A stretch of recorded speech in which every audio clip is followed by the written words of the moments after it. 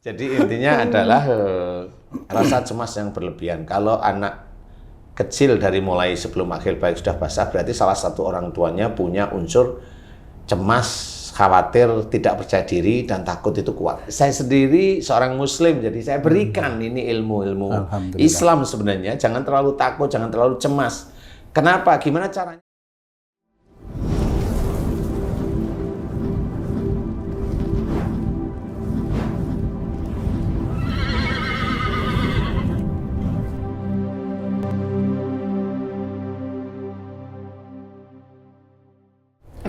Bismillahirrahmanirrahim. Assalamualaikum warahmatullahi wabarakatuh. Waalaikumsalam warahmatullahi wabarakatuh.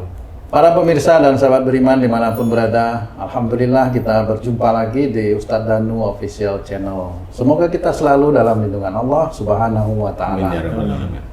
Di video kali ini kita akan ngaji lagi bersama guru kita semua, Pak Ustadz Danu, yang sudah hadir di sini bersama kami. Assalamualaikum Pak Ustadz. Waalaikumsalam warahmatullahi wabarakatuh. Amin. Assalamualaikum Pak Jid. Waalaikumsalam Pak Tung. Para pemirsa dan sahabat beriman dimanapun berada, semua kejadian yang terjadi di sekitar kita itu bisa merupakan suatu ujian buat kita. Dan ujian itu macam-macam para sahabat beriman. Ada ujian yang berupa sakit, ada ujian yang tidak berupa sakit, tidak mengenakan, macam-macam. Nah, ujian yang berupa sakit itu muncul atau kebanyakan muncul dari kesalahan dan dosa-dosa kita. Jadi Allah itu sangat sayang sekali sama kita, hambanya, sehingga ditunjukkanlah kesalahan dan dosa-dosa kita melalui sakit. Kali ini kita akan ngaji lagi bersama guru kita tentang satu masalah yang mungkin umum terjadi ya di masyarakat kita. Mungkin para sedulur dan sahabat beriman juga ada yang berpenyakit atau mengidap seperti ini, Pak Ustadz. Banyak sekali kadang-kadang orang-orang itu telapak tangannya itu basah, Pak Ustadz, mengeluarkan seperti air ya telapak tangan. Saya juga pernah punya pengalaman, itu teman saya itu selalu basah kalau nulis itu, Pak Ustadz, mohon maaf, itu kertasnya itu sampai basah, kena air yang keluar dari tangan beliau itu, Pak Ustadz. Nah, Kaki juga basah nggak? kalau kaki waktu itu kan pakai sepatu ya, jadi enggak terlalu ini.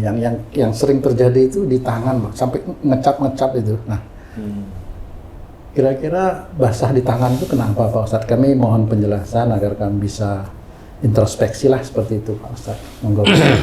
Ya. Bismillahirrahmanirrahim. Assalamualaikum warahmatullahi wabarakatuh.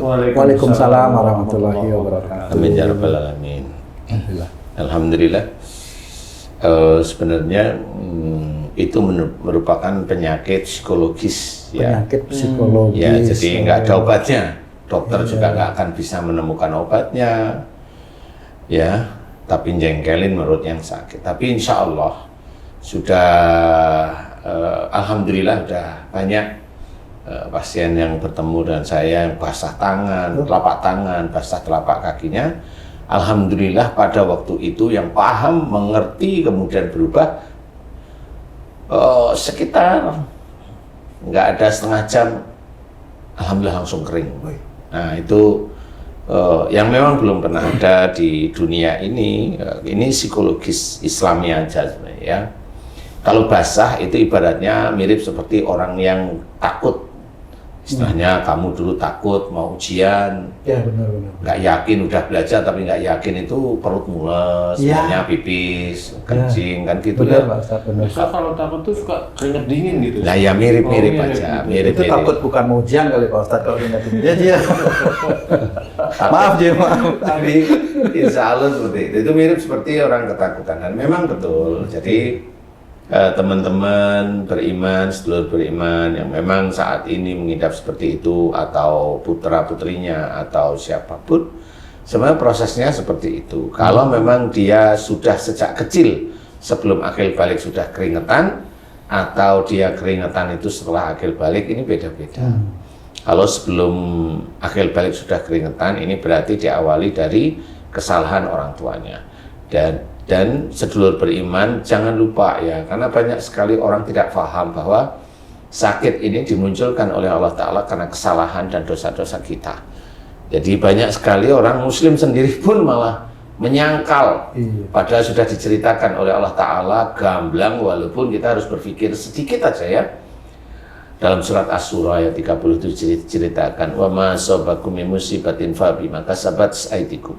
Apa saja musibah yang engkau terima itu disebabkan dari buah tanganmu sendiri. Nah, musibah dari buah tangan ini sama dengan kalau mamanya nikmat dengan dari sisi Allah ya. Jadi musibah dari buah tangan kita itu adalah sesuatu yang kita kerjakan, akhlak yang tidak baik, perbuatan yang tidak baik, perbuatan secara nyata fisik atau perbuatan secara psikologis, suuzon dan sebagainya. Itu mirip-mirip aja ya. Makanya suuzon itu di dalam Islam tidak boleh ya, dilarang. Suuzon dalam Quran juga dilarang. Itu sebenarnya intinya adalah nanti banyak sekali penyakit yang berhubungan dengan otak. Itu gambaran aja. Sama seperti umpamanya dalam surat Yasin bahwa tangan dan kaki ini menjadi saksi. Nah, itu bukan dua ini saksinya, semua seluruh organ tubuh. Ini kita itu nanti akan menjadi saksi di akhirat pada saat di yaumul hisab. Nah, ini harus dimengerti. Jadi orang itu harus paham bahwa kita hidup di dunia ini tujuannya akhirat. Nah, akhirat tetap ada dua, neraka dan surga. Tidak berhenti di akhirat aja loh. Tetap masih ada dua. Iya, ada dua. Ada di tengah-tengahnya. Iya, jadi intinya adalah harus diketahui banyak orang Islam yang nggak paham. Karena apa? Karena guru-guru ngajinya emang nggak ngerti. Gitu. Nah, di sini saya ceritakan karena alhamdulillah sudah banyak teman-teman itu sudah merasakan manfaatnya dari berubah. Dari yang dulunya tidak baik menjadi baik, itu ada perubahan penyakit, bahkan banyak yang sudah diberi kesembuhan. Nah, di sini saya ceritakan adalah keringat itu muncul karena biasanya ada unsur rasa takut. Kayak Haji tadi bilang keringat dingin, nah itu takut ke rumah. Keringat dingin itu takut suruh nganter ke Tamcil namanya, kan gitu ya sih ya. Itu tangannya basah nggak tuh jauh gitu? Enggak ya. Dia bukan tangannya yang basah, punggungnya. Kok bisa punggung? Jadi unsur basahnya tangan ini adalah unsur dari unsur tidak percaya diri, khawatir. Yang kuat itu khawatir, tidak percaya diri, cemas dan takut. Unsur itu aja. Kalau tangan itu kalau melakukan aktivitas sehari-hari, ini tangan ya. Kalau kaki ikut berarti sama dalam aktivitas berkeluarga, itu ada rasa takut, ada rasa khawatir seperti itu. Takut salah, momennya si ibu itu takut salah dengan suami, takut ini, takut nyinggung. Kenapa begitu Bu? Gak taunya suaminya memang emosional, jadi dia mau apa-apa takut biar tidak pisah, biar tidak cerai, mamanya seperti itu, sehingga takut. Haji, basah nggak? Oh enggak lah, berarti nggak takut. Matanya yang basah. Matanya yang basah. Jadi sedih hatinya tapi mata saya yang basah gitu ya Haji ya.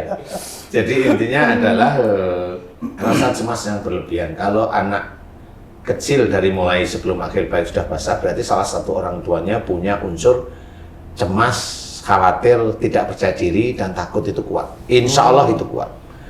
Nah, kemudian kalau sudah akhir balik, anaknya sendiri punya tipikal seperti itu. Dia punya rasa takut, minder seperti itu, cemas, nggak percaya diri dengan apa yang dikerjakan sehari-hari seperti itu.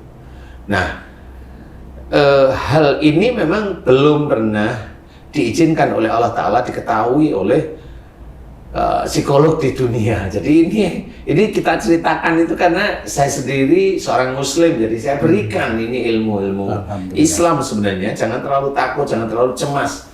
Kenapa? Gimana caranya? Tawakal kepada Allah. Kan begitu caranya ya, diserahkan pada Allah Ta'ala. Kalau sudah dikerjain sesuatu menurut kita sudah baik dan insya Allah benar, serahkan sama Allah Ta'ala. Masalah hasil tidak usah terlalu dipikirkan. Dipikirkan itu maksudnya apa? Selama itu sudah cukup begitu. Kalau umumnya hasilnya kita disalahin sama orang lain, nggak usah minder, biasa aja. Siapa tahu orang yang nyalain kita itu memang orang yang agak-agak nggak beres saja kan gitu ya. Jadi seperti itu, biarin aja. Makanya kenapa ini saya ceritakan, karena banyak teman-teman dakwah itu memang nggak bisa menemukan seperti Iya, itu, betul. tidak diizinkan oleh Allah Ta'ala. Nah ini saya ceritain, Oh. agar ini menjadi ilmu untuk meningkatkan tauhid kita kepada Allah Ta'ala, bahwa suuzon itu salah satu garis bahwa dalam hubungannya dengan psikologis itu suuzon tidak boleh oleh Allah Ta'ala. Karena dari suuzon tersebut nggak taunya banyak jin itu masuk ke dalam otak, sehingga itu bisa menjadikan penuh kepala, kemudian dia tidak bisa tidur, kemudian ada suara di sini. Nah itu diawali dari suuzon tapi dengan depresi, dengan tekanan tertentu. Jadi tidak boleh. Jadi kalau tangannya berkeringat, insya Allah seperti itu. Nah caranya bagaimana untuk kita itu bisa menyelesaikan masalah-masalah itu. Memang ini nggak ada yang bisa. Selama ini saya tak amati nggak bisa.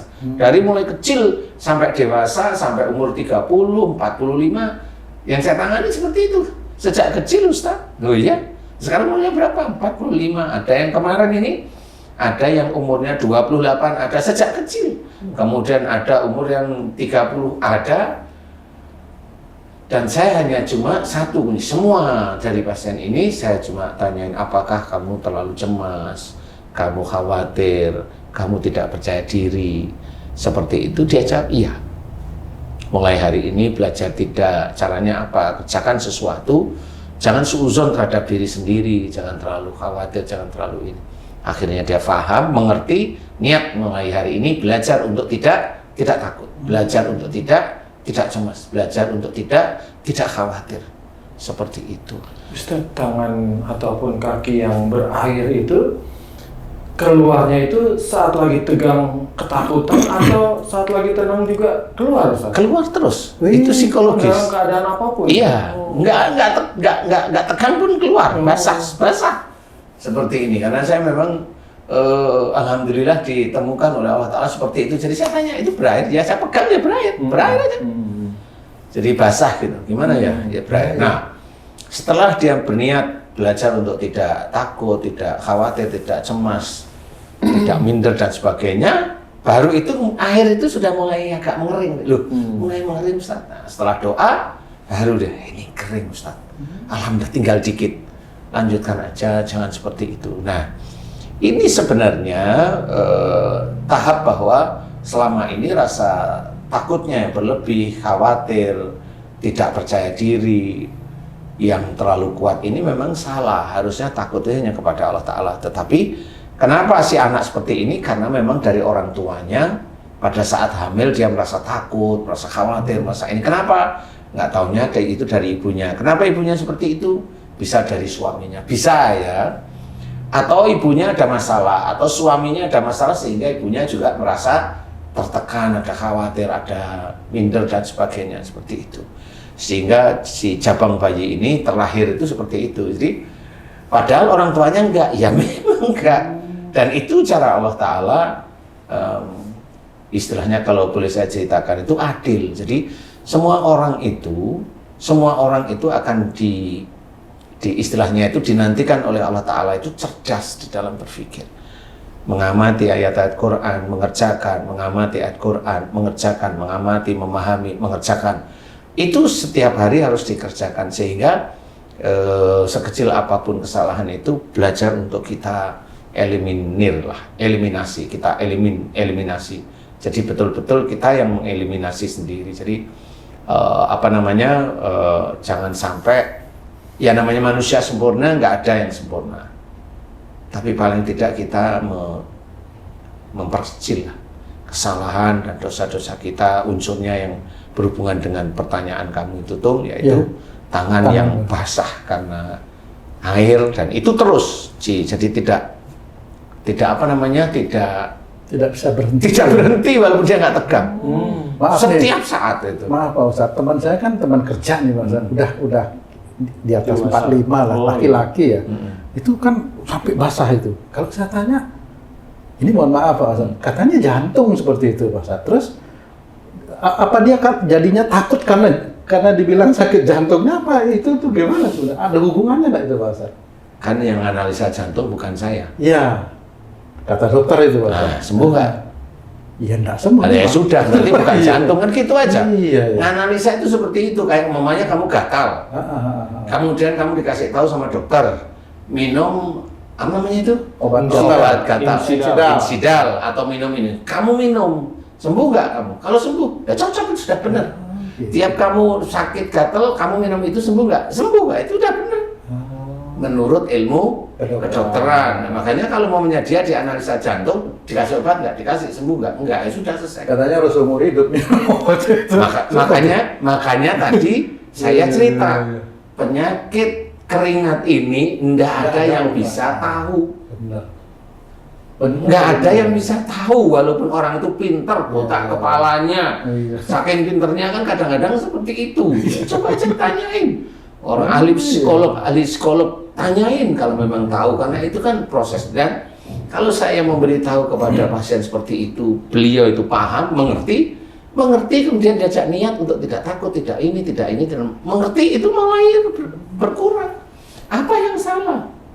Berarti kan memang otaknya, bukan otaknya yang salah, otaknya ada sesuatu. Nah itu jadi istilahnya kelenjar keringat yang ada di ini itu kayak dilebihkan dari otak. Jadi istilahnya di sini itu apa namanya, di atas batang otak itu apa namanya itu, di motoriknya itu di titik-titik itu khusus untuk menguasai kelenjar itu memang dilebihkan, sehingga pada saat dia itu mau kemudian belajar itu langsung enak. Kenapa? Walaupun itu saya belum mengajari berdoa ya, belum, tapi itu sudah jelas, dan berkali-kali saya menangani kasus itu, alhamdulillah sembuh, dan sangat banyak sekali yang sembuh. Makanya sebenarnya ini diizinkan oleh Allah Ta'ala, ditemukan oleh kita yang muslim. Sebenarnya itu ada dalam Quran, cuma memang harus dikupas, harus diteliti dulu. Jadi jangan, itu dibacain aja ini, itu coba aja bacain, silakan aja, nggak apa-apa. Tapi kalau nggak sembuh ya ngomong nggak sembuh, jangan nggak sembuh ditutupin kan gitu. Jangan ngomong aja nggak sembuh, nggak apa-apa kok kan gitu. Nah ini kenapa saya cerita seperti ini, atas izin Allah banyak yang diberi kesembuhan. Berapa persen? Hampir 100%. Alhamdulillah. Hampir 100% sudah. Nah jadi ini bukan cuma analisa, bukan cuma hipotesa, ini sudah menjadi hukum psikologis Islam. Jadi insya Allah seperti itu. Hanya belajar psikologis Islam itu ya seperti itu. Yang umpamanya gatal-gatal di mana? Di tangan sebelah kanan, tangan kanan gatal, berarti tangan itu bekerja, kanan itu baik, gatal itu identik dengan ambisi. Berarti dia dalam beberapa waktu sebelum tangan kanannya gatal itu ambisi mau melakukan suatu perbuatan baik, kuat sekali berpikiran, kuat sekali. Ya itu nanti gatal. Kalau dikasih insidal boleh nggak? Ya silahkan, nggak apa-apa. Kalau memang sembuh ya alhamdulillah, berarti Allah mengizinkan sembuh. Kalau nggak sembuh, nah baru itu. Seperti itu. Jadi cara berpikir yang normal-normal aja menurut saya. Dan cara berpikir seperti itu memang jarang dilakukan. Nah, makanya di sini harus difahami bahwa hampir semua penyakit, walaupun dia itu tabrakan, patah tulang, insya Allah diawali dari perbuatan yang tidak baik. Itu kuncinya. Jadi jangan merasa kalau sudah melakukan perbuatan tidak baik, kemudian dia itu sholatnya tertib, ibadahnya tertib, dianggap perbuatan itu hilang. Belum tentu. Kalau dia melakukan sesekali atau sesekali lagi, bolehlah nanti itu bisa dihilangkan dengan amal-amal solehnya. Innal hasanati yudhibnas sayyi'ah, itu sudah jelas sesungguhnya amal perbuatan baik itu akan menghapus perbuatan yang buruk. Tapi menghapus itu benar-benar yang baik lebih banyak daripada yang buruk. Harus difahami, kalau yang buruk lebih banyak daripada yang baik, ya memang sesungguhnya perbuatan baik itu menghapus sebagian dari perbuatan buruk, nggak tahu yang baiknya sedikit, jadi ya nggak bisa terhapus. Ya, jadi harus diketahui. Makanya banyak ya para ustadz itu cerita bahwa orang Islam itu nanti akan masuk neraka ya karena itu hitung-hitungan itu. Insya Allah salah satunya itu ya. Gimana Ji? Kalau seorang anak yang belum akhir balik ini menderita tangan berkeringat dan kaki berkeringat itu kan menuruni dari sifat orang tuanya. Apakah orang tuanya juga mempunyai penyakit yang sama atau penyakit apa yang bisa menurunkan anaknya seperti penyakit itu? Oke, ini bagus sih sebenarnya. Bisa orang tuanya punya penyakit sama atau pada saat sebelum hamilnya si anak yang di dalam kandungan, sebelum hamil atau pas hamil si anak dalam kandungan ini dalam bentuk masih kecil, itu si ibu, kalau memang ibu nggak punya sifat itu, si ibu itu tahu umpamanya si suaminya korupsi umpamanya. Takut ketahuan. Sudah nggak takut ketahuan, sudah ketangkep, akan malu dia keluar rumah, malu dia itu bersosialisasi, malu dengan ini, malu khawatir kan, keluar khawatir nanti aku dicemooh. Anak yang dikandung ini kan dia akan mengikuti cara berpikir ibunya pada waktu itu, makanya diceritakan dalam Quran, anak itu juga menjadi fitnah atau ujian bagi keluarga. Itu sebenarnya, makanya kita harus mengetahui kenapa pada saat seorang itu mau hamil atau seorang wanita itu hamil, itu disunahkan untuk membaca Quran. Jadi sunahnya itu begini loh ya. Kalau orang Arab memang sunahnya membaca Quran. Ngerti artinya. Ngerti artinya.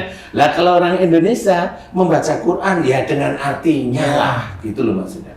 Sehingga ngerti, difahami, sehingga ngerti. Kalau nggak ngerti tanya sama guru-gurunya yang paham tentang Quran. Sebenarnya posisinya itu Ji. Makanya tadi bisa aja orang tuanya memang nggak punya, tetapi pada saat dia hamil awal atau sebelum hamil dia ada masalah, sehingga ada unsur takut, malu, minder dan sebagainya seperti itu. Nah itu yang menjadikan gambaran. Loh berarti anak itu nggak salah orang tuanya kok begitu? Loh itu hanya Allah, nggak usah anak itu mau sakit. Lawang kamu itu ibadahmu nggak digubris kok sama Allah Ta'ala. Allah Ta'ala kan seperti itu, nggak digubris. Kalau hanya ibadah itu untuk dunia, kan gitu. Makanya anak lahir itu apa bentukannya, itu hanya Allah Ta'ala. Jangan menyalahkan Allah. Kalau kamu seorang muslim sudah seperti itu, udah kamu nggak akan bisa menjadi taat nantinya, kecuali mendapatkan hidayah. Makanya bisa aja si anak tersebut itu orang tuanya tidak seperti itu bisa.